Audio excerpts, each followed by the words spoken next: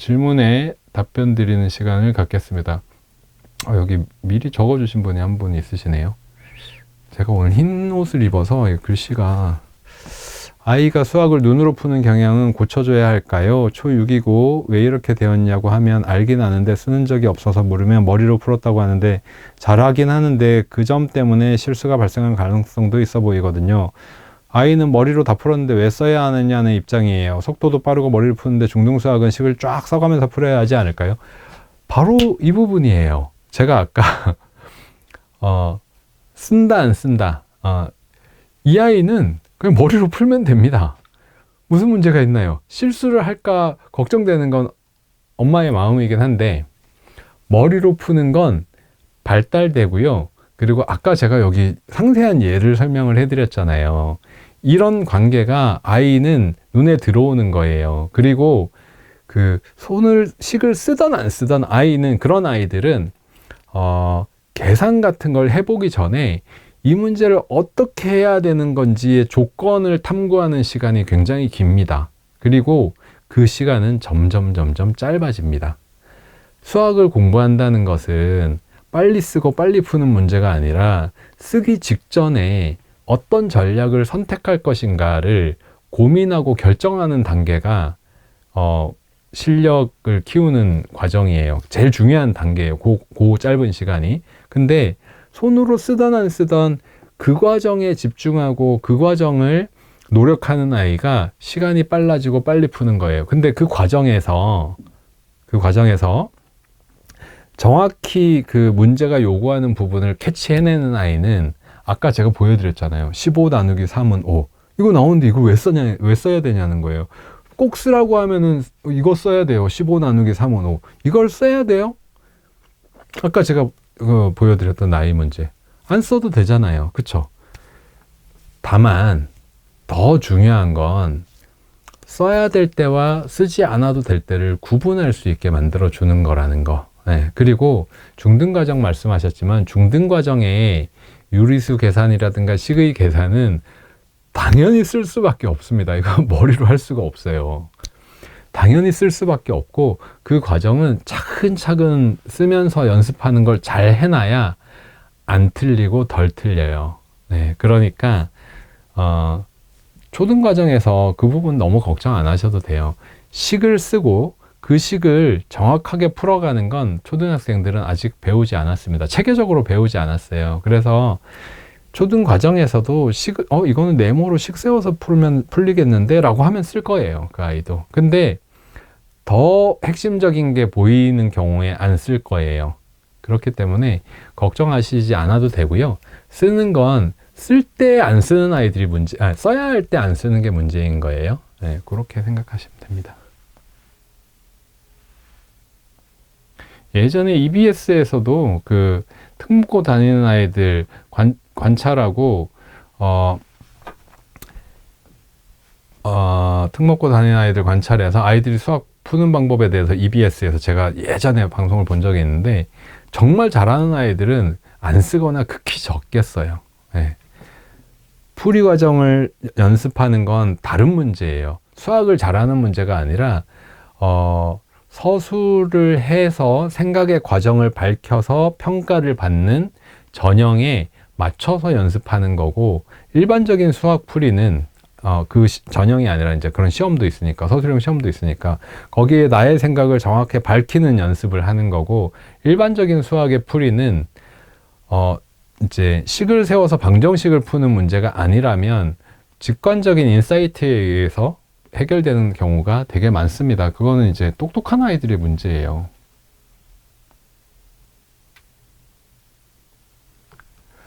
초3까지는 그래프를 어려워하지 않았는데 초4에 있는 그래프를 어려워해요. 그래프를 잘하는 방법이요. 솔직히 말씀드리면 저는 그래프 자체에 대해서 고민을 해본 적은 없어서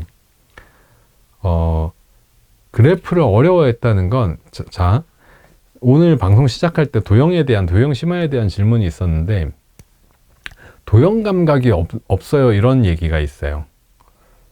근데 도형 감각이 없는 아이들이 있죠. 전반적으로 도형을 어려워하는 아이들이 있죠. 그러면 그 해결은 어떻게 해야 될까요? 어릴 때부터 블럭을 가지고 놀아요. 블럭을 가지고 놀면 쌓기나무와 관련된 입체만 인사이트가 생기는 거예요. 그러면 도형의 모든 것들을 다 활동을 해보게 어릴 때부터 시켜요? 아니요. 저는 그런 부분이 아니라고 생각해요. 정확하게 못하는 걸 찾아서 그 못하는 걸 어떻게 생각해야 되고 어떻게 푸는지를 배우는 게 해결 방법이라고 생각해요. 그러니까 그래프를 어려워한다고 하면 그래프를 잘 다루고 있는 책을 찾기도 힘들고 그것보다는 그래프의 어떤 부분을 어려워하는지를 찾아서 그거를 정확하게 배우는 과정을 한번 꼭 해보시는 걸 추천을 해드리고요. 그리고 어떤 문제집을 추천해드립니다 이런 것보다 그렇게 한 다음에 이런 경우는 4학년 2학기에 해당되는 문제집을 하나 더 사서 그러면 이게 해결됐는지 전반적으로 한번 풀어보는 건 필요할 것 같아요. 이건 오답노트하고 조금 다를 것 같아요. 오답노트는 어려워하는 몇 문제에 대한 건데 그래프 전반에서 그래프가 좀 이해가 안 됐다라고 하면 어떤 문제집이 아니라 같은 수준의 문제집에서 그 단원은 복습을 한번 할 필요가 있을 것 같아요. 근데 복습하기 전에 중요한 건 그냥 사서 복습해야지 하면 안 돼요. 복습하기 전에 틀린 문제들에서 무엇을 몰라서 틀렸는지를 찾고 그걸 정확하게 다시 채운 다음에 빈자리를 채운 다음에 복습을 하시기를 추천해 드립니다.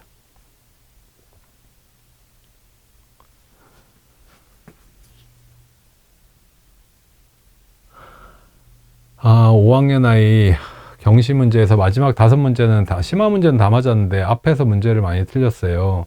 기초가 없는 건가요? 어떻게 도와줘야 할까요?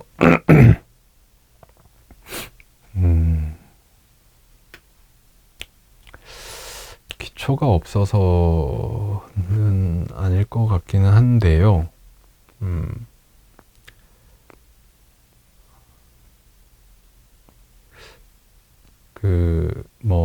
기본 학습을 조금 더 충실하게 해야 될 것 같긴 합니다.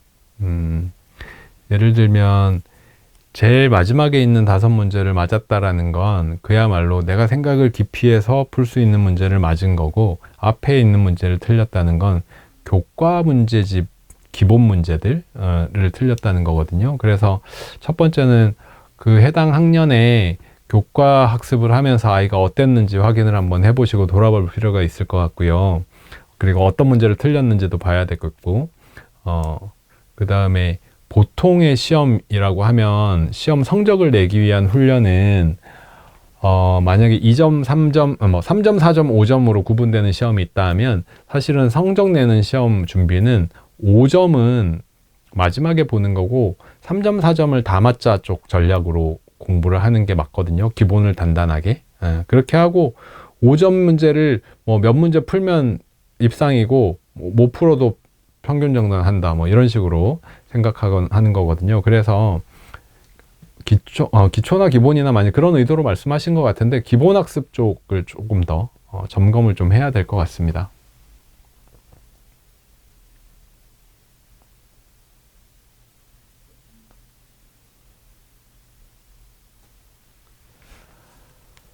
초1입니다. 엄마표 수학을 하다가 사고력만큼은 전문가에게 보내야 한다고 해서 학원 다닌 지 한 달 됐습니다. 현재 학원에서 하는 교재가 너무 아이 수준이 아닙니다.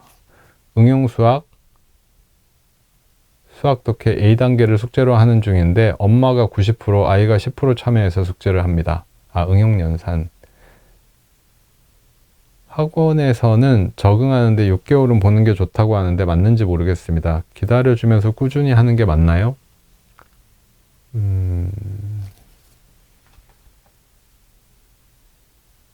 1학년이에요.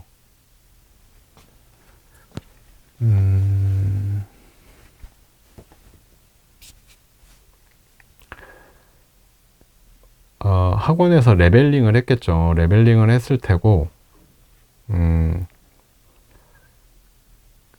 선생님 말이 틀리진 않아요. 예. 근데 엄마가 90%, 아이가 10%라고 하면 수준에 맞지 않을 수도 있는데 이거는 제가 판단하기가 좀 어렵네요. 왜냐하면 레벨 테스트를 했을 것 같고요. 레벨 테스트를 했을 때 오히려 반대의 경우가 학원 입장에서는 더 많거든요. 그러니까 아이의 수준이 안 되는데 2레벨에 하고 싶다라고 하시는 경우가 더 많아서 그런 경우가 더 많은데, 지금 같은 경우는 수준을 좀 내려서 하는 게 아이 입장에선 편할 것 같긴 한데 그런 게 아니라서 선생님이 6개월 정도는 적응하는데 필요하다고 하면 선생님 말씀이 맞을 수도 있어요. 근데 90% 10%라고 하시니까 조금 어려운 과정일 것 같긴 한데, 응용연산이나 수학 독해 A 단계가 아주 어려운 책은 아니거든요. 그래서 아이에게 낯선 내용들이 많을 거예요. 그래서 도움이 좀 필요한 걸 거예요. 근데 선생님 말씀처럼 그 낯선 내용들에 대한 경험치가 쌓이면 점점 수월해질 거예요. 그래서 요거는 제가 학원하고 상담을 하셔서 만약에 학원에서 자신 있게 그렇게 얘기를 한다고 하면 학원을 좀 믿어 보시는 게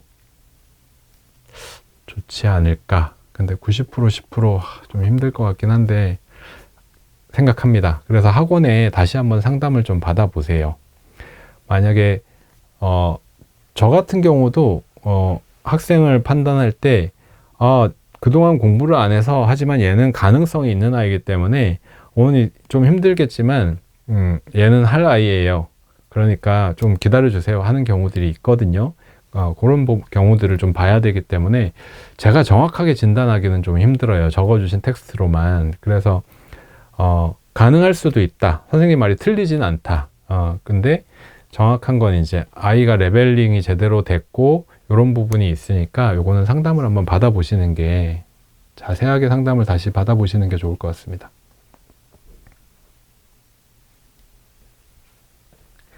선생님, 오답 노트를 써도 나중에 다시 풀면 또 틀리는데 글씨 연습만 한 거겠죠?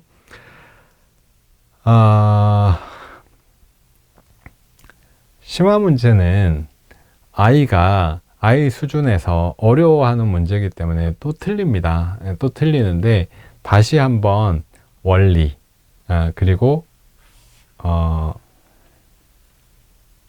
리뷰. 근데 제가 오늘 이제 1번, 2번으로 나눠서 설명해 드렸던, 그럼에도 불구하고 틀리는 문제들, 이거는 지금 수준에서는 진짜 외워야 되는 문제다. 근데 뭘 외워요? 문제를 외우는 게 아니라 그 생각 방법을. 그래서 그게 외워지면 다음에 해야 될 것은 그게 적용되는 문제들을 볼 수 있는 시각을 가지기 위해서 또 다양한 문제들을 풀어봐야 되는 거죠. 심화는 잘 푸는데 기본 문제를 틀릴까요? 이건 오늘 계속 설명해 드려서 집중력의 문제고, 그럼 심화 문제 풀고 틀린 거는 언제 다시 풀게 하면 좋을까요? 예를 들어 한 단원 끝나고 틀린 문제 다시 풀게 하는 게 나을지, 한 학기 책 끝나고 1단원부터 다시 풀게 하는 게 나을지. 저 같은 경우는 어떻게 했었냐면, 이게 끝나면 다음 개념서 하면서 이 심화를 쪼개가지고 숙제로 내줬었어요. 딸하고 집에서 공부할 때도 그렇게 했었어요. 딸 중학교 1학년, 초등학교 6학년에서 중학교 1학년 넘어오는 동안 1년 가까이 제가 수학 가르쳤었는데, 심화서를 하면, 심화서 끝나면 오답 노트를 제가 만들고 다음 개념서를 나갈 때 심화서를 잘라가지고 숙제를 내줘서 리뷰를 해요. 그렇게 한 다음에 그거 이제 나중에 방학 때 시간이 더 있을 때나 아니면 학교 시험 대비할 때나 이런 식으로 또 한 번 활용하게 하기 위해서, 그때는 노트에 풀으라고 했었죠. 그런 식으로. 헐, 저거 저희 아이가 풀려고 하다가 이거 어찌저찌 서술해 했던 건데 나이 문제일까요? 아까 제가 적었던 문제를 말씀하신 것 같으네요. 이 태솔 여쭤보신 건 저 앞에 질문을 해주셔서 제가 말씀드렸고요. 세로세모로 해야 하나요? 하셨네요.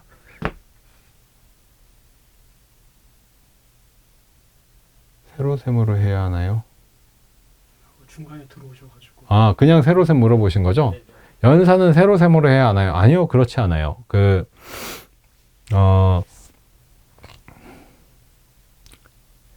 예를 들어서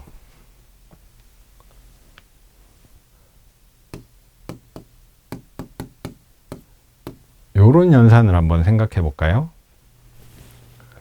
50이 나누기 4를 한다. 그런데 우리 아이는 20 나누기 4밖에 배우지 않은 아이예요. 이게 제가 선생님 입장에서 설명해 드릴 거예요. 2자리 나누기 1자리다.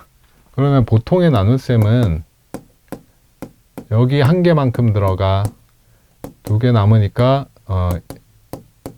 이렇게 풀죠. 네. 이렇게 풀죠. 이렇게 배우고 이렇게 풀죠. 얘를 보고 나중에 이렇게 풀어서 세로세모로 자리 맞춰서 푸는 게 편리해요. 그리고 큰 자리가 나왔을 때는 세로세모로 푸는 게 합리적인 방법이에요. 제일 좋은 방법이고. 그런데 이 문제 한 문제를 가지고 한번 설명을 해보면